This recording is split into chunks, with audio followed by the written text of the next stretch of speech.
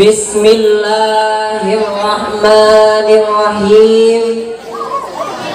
Assalamualaikum warahmatullahi wabarakatuh. Waalaikumsalam warahmatullahi wabarakatuh. Pak Camat menjual tomat, Yang beli harus dihormat. Jika kamu mengaku umat Nabi Muhammad, jawablah salam dengan semangat. Assalamualaikum, assalamualaikum, assalamualaikum warahmatullahi wabarakatuh. Waalaikumsalam warahmatullahi wabarakatuh. Alhamdulillahilladzi arsala rasulahu bil huda wa dinil haq liyudhhirahu 'ala ad-dini kullihi wa kafa billahi shahida. Allahumma hajjan mabruran wa danban maghfuran wa sya'yan mashkuran wa tijaratan lam tabur.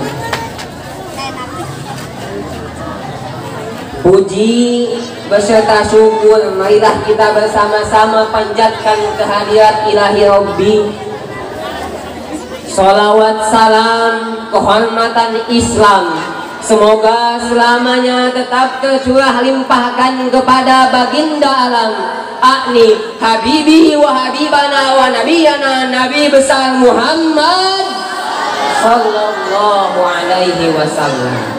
Tidak lupa pula kepada keluarganya, kepada sahabatnya, tabi'in wa atba'u tabi'atnya. Mudah-mudahan sampai kepada kita selaku umatnya dan kita semua mendapat syafaatul uzma kelak yaumil qiyamah. Amin ya Allah ya rabbal alamin. Mutaba'an ka utusan dinalaku lampa utusan tepang di mana kempelan di masa poe kana langsaan mugi umat sadayana ningal bingat rarayan jenatina bingana anjena tepang sareng umat anjena magi umat di dunyana cepat lempeng bener lakuna ku Allah umat sadayana mugi damai mutakin pangkatna mugi kanjeng Rasulullah kasanyebat abdi sadaya di payunan Gusti Allah sinjangkeun musul sadaya. Amin ya Allah ya rabbal alamin. Al-Mukarramun, Dewan Juri yang alim dan bijaksana yang kami hormati, panitia yang sama-sama kami hormati, dan juga semua rekan-rekan seperjuangan, hadirin, para ibu dan para bapak yang insya Allah dimuliakan oleh Allah Subhanahu wa Ta'ala. Berbicara tentang Rabiul Awal, 14 abad lebih ke belakang lahirlah seorang pemuda yang sangat luar biasa. Lahir seseorang yang merupakan khatamil anbiya'i wal mursalin. Lahir seseorang yang merupakan penutup dari semua nabi dan para rasul. Tidak lain dan tidak bukan beliau adalah Muhammad sallallahu alaihi wasallam. Nabi Muhammad sallallahu alaihi wasallam lahir pada tanggal 12 Rabiul Awal pada tahun gajah. Tapi luar biasanya para ibu, para bapak, kegembiraan dan berita lahirnya Rasulullah 30 generasi ke atas sudah disampaikan. Jika kita lihat dalam Al-Quran, Nabi Isa alaihi salam pernah berkata kepada Bani Israel, wa idh qala Isa bin Maryam ya Bani Israel inni Rasulullah ilaikum musaddiqan lima baina yadayya minat Taurat wa mubasysyiran bi rasulin ya'ti min ba'di ismihi Ahmad falamma ja'ahum bil bayyinati qalu hadza sihrun mubin. Wahai Bani Israel, wahai umatku, suatu saat nanti akan datang kepada engkau penutup dari semua nabi, penutup dari semua rasul yang diberi nama Ahmad. Syekh Ismail Haqqi Al-Barosawi di dalam kitab Tafsirul Bayan menjelaskan bahwa Ahmad ini tujuannya adalah kepada Nabi besar Muhammad sallallahu alaihi wasallam. Hadirin ma'asyiral muslimin rahimakumullah, Rasulullah adalah pokok dan intisari dari semua akhlak dan kepribadian. Ketika Aisyah radhiyallahu anha ditanya tentang akhlak Rasulullah, Aisyah menjawab, kana khuluqul Quran. Akhlak Rasul itu diibaratkan Al-Quran yang sedang berjalan. Al-Quran yang berjalan di muka bumi itu adalah akhlak Rasulullah sallallahu alaihi wasallam. Oleh karena itu, pada kesempatan kali ini kami akan menyampaikan sebuah syarhil Quran yang bertema mengingat kelahiran Rasul yang menjadi suri tauladan paling unggul berdasarkan dalam firman Allah Subhanahu wa taala Al-Qur'an surah Al-Ahzab ayat 21.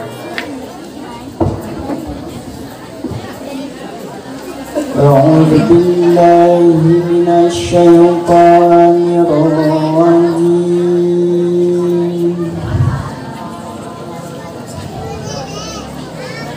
بسم الله الرحمن الرحيم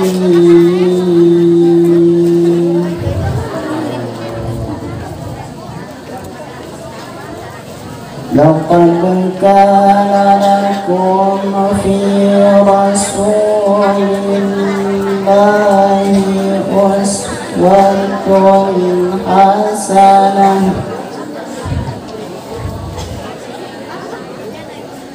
لمن كان يرجو الله واليوم الآخر وذكر الله كثيرا صدق الله العظيم.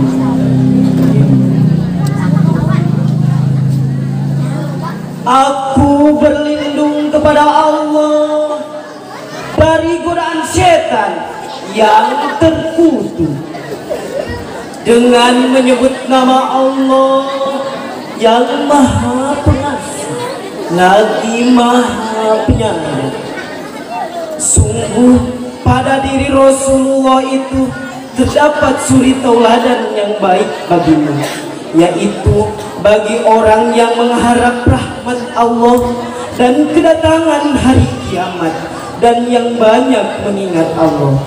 Maha benar Allah dengan segala firman-Nya. Hadirin ma'asyiral muslimin rahimakumullah.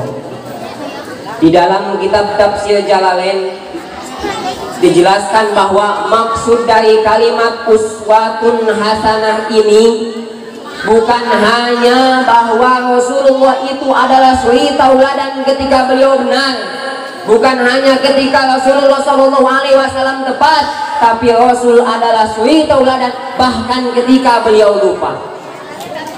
Dalam sebuah kesempatan sholat, Rasulullah SAW melaksanakan sholat zuhur tapi rakaatnya hanya 2 rakaat. Ditegur oleh para sahabat, ya Rasulullah, apakah kita sedang menjamak sholat? Apakah kita sedang mengqashar sholat? Tidak. Rasulullah menjawab, tidak, kita tidak sedang mengqashar sholat. Tapi ya Rasulullah, engkau sholat zuhur hanya 2 rakaat. Bisa kita lihat di sini, Rasulullah SAW adalah orang yang sangat luar biasa, merupakan pemimpin dari agama Islam tapi beliau selalu menerima kritikan, selalu menerima nasihat, dan tidak pernah enggan untuk mendengarkan orang lain. Beda dengan pejabat zaman sekarang. Ditegur sedikit di media sosial, sudah dimasukkan ke dalam penjara. Ditegur sedikit oleh rakyat, pemimpin sudah seperti darahnya naik dan mulai kumat. Hadirin, Rasulullah adalah contoh uswatun yang sangat luar biasa. Bahkan di dalam kitab I'anatul Thalibin yang merupakan syarat dari kitab Fathul Mu'in, Syekh Ali bin Ahmad bin Mahmud bin Syekh Muhammad Arsyad Al-Banjari pernah mengatakan bahwasanya salah satu kewajiban yang harus diberikan oleh orang tua terhadap anaknya adalah mendidik anak tentang Rasulullah SAW ketika sudah mencapai usia 14 tahun. Ini sangat penting. Karena apa? Lam ya'rif falam yarham walam yarham falam yahbib. Kita tidak akan bisa mencintai seseorang ketika kita tidak mengenalnya terlebih dahulu. La yutasawwaru tafahum illa ba'da ta'arud. Tidak mungkin kita memahami seseorang jika bahkan kita tidak mengenalnya sama sekali. Ibu dulu ketika sebelum menikah dengan bapak tidak kenal dengan bapak, tidak mungkin ada rasa cinta di dalam hati.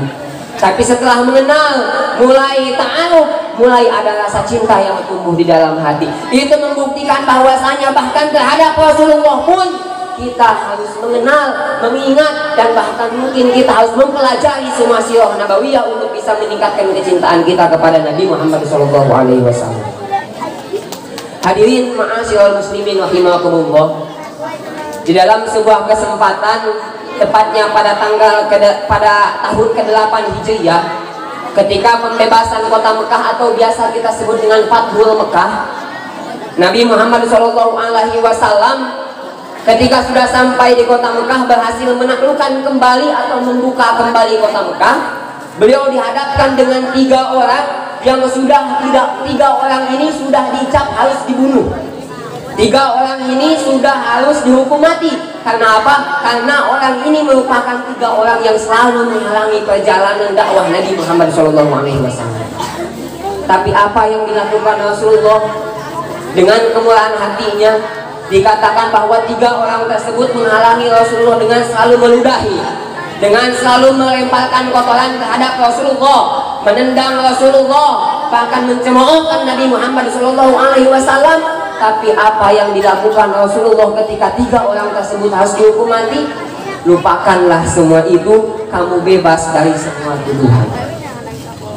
Lihat betapa besar dan betapa mulianya akhlak Nabi Muhammad SAW.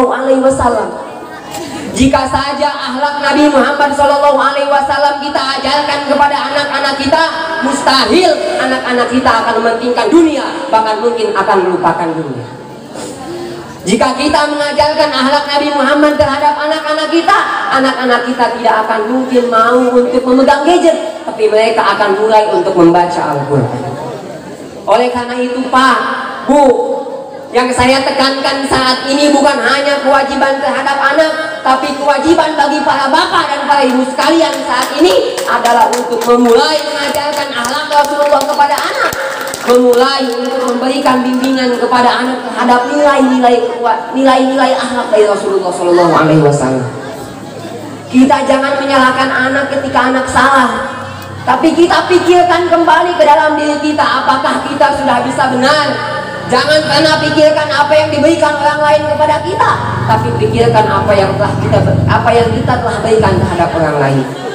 Dengan begitu anak-anak kita, semua saudara kita yang mungkin saat ini masih bayi, masih kecil, ayo, tidak ada kata terlambat untuk memulai kebaikan, tidak ada kata terlambat untuk kita berhijrah, tidak ada kata terlambat untuk memulai sebuah kebaikan. Mari mulai dari saat ini, Rabiul Awal kita jadikan sebagai bulan untuk bisa mengamalkan akhlak dari Nabi besar Muhammad SAW. Hadirin ma'asyiral muslimin rahimakumullah. Kesimpulan dari syarhil Quran yang dapat saya sampaikan adalah, mari kita sama-sama mengingat kembali kisah Rasulullah, mengingat kembali bahwa beliau merupakan suri tauladan yang wajib kita tiru, dan mari kita mulai ajarkan kepada anak-anak kita untuk selalu dan senantiasa mengingat sekaligus mengamalkan akhlak Nabi besar Muhammad sallallahu alaihi wasallam. Hadirin ma'asyiral muslimin rahimakumullah, ditutup dengan pantun. Kalau ada jarum yang patah, jangan disimpan di dalam peti. Kalau ada kata-kata yang salah, jangan dimasukkan ke dalam hati. Hadanallahu wa iyyakum ajmain, wabillahi taufiq wal hidayah. Wassalamualaikum warahmatullahi wabarakatuh. Waalaikumsalam warahmatullahi wabarakatuh.